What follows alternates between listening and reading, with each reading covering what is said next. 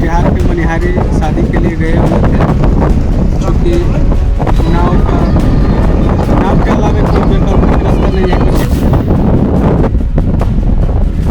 नाव के सहारे हिलाया गया।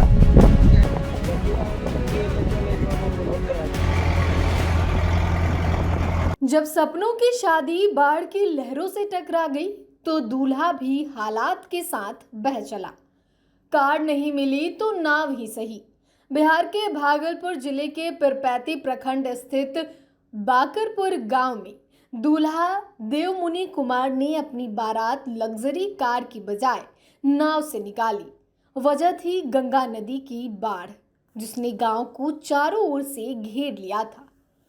बाकरपुर पंचायत बीते 2 सप्ताह से गंगा नदी की बाढ़ में पूरी तरह प्रभावित है। भारी बारिश के चलते नदियां उफान पर हैं और कई गांवों का संपर्क मुख्य सड़क मार्ग से कट गया है। ऐसा ही हालातों में सोमवार को देवमुनि कुमार जब दूल्हे के लिबास में सजे तो अपने गांव से करीब 35 किलोमीटर दूर कटिहार जिले के काटकोश गांव में शादी करने के लिए नाव का सहारा लेना पड़ा। देवमुनि के पिता रामदेव मंडल ने बताया कि शादी की तिथि 1 महीने पहले तय की गई थी, लेकिन अचानक आई बाढ़ ने सभी योजनाओं पर पानी फेर दिया। गांव से बाहर निकलने का कोई रास्ता न बचने पर मजबूरन बारात को नाव से ले जाना पड़ा। दूल्हा देवमुनि कुमार ने बताया कि हम लोग घर से सजे धजे स्कॉर्पियो में निकले थे, लेकिन कुछ दूरी तय करने के बाद रास्ता बंद मिला। वहां से पैदल गंगा किनारे पहुंचे।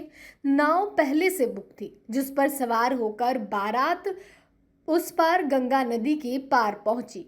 बारात में करीब 25 से 30 लोग शामिल थे। नदी पार करने के बाद भी 1 किलोमीटर पैदल चलना पड़ा। फिर ई रिक्शा से लड़की के गांव पहुंचे। घर से दोपहर 12 बजे निकले और रात 8 बजे लड़की के घर पहुंचे। बारात में ना तो बैंड बाजा था और ना ही कोई तामझाम। देवमुनि कहते हैं शादी धूमधाम से करने का सपना था, लेकिन बाढ़ ने सब चौपट कर दिया। दिल में कसक रह गई।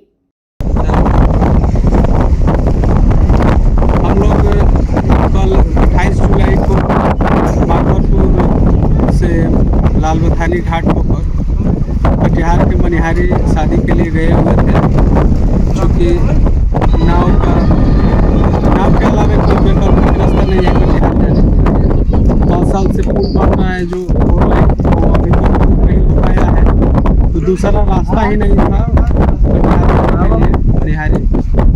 और नाव के सहारे सारा सामान भी लाया गया और रात के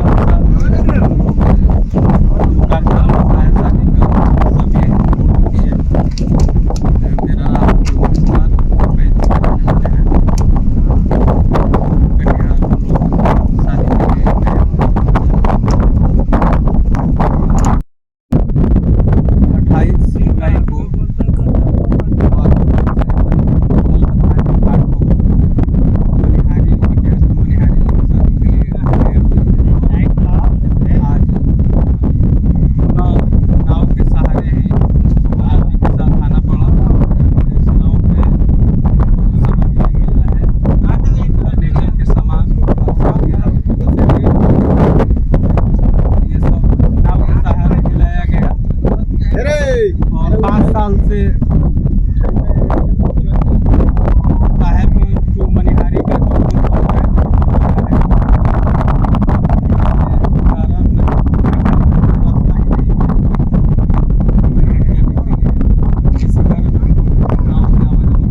है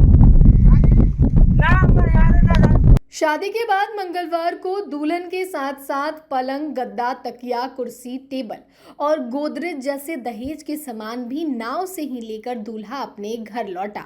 यह नज़ारा देखने के लिए गंगा किनारे लोगों की भारी भीड़ उमड़ पड़ी। लोग नाव पर सवार दूल्हा दुल्हन और बारातियों को देखकर चकित थे।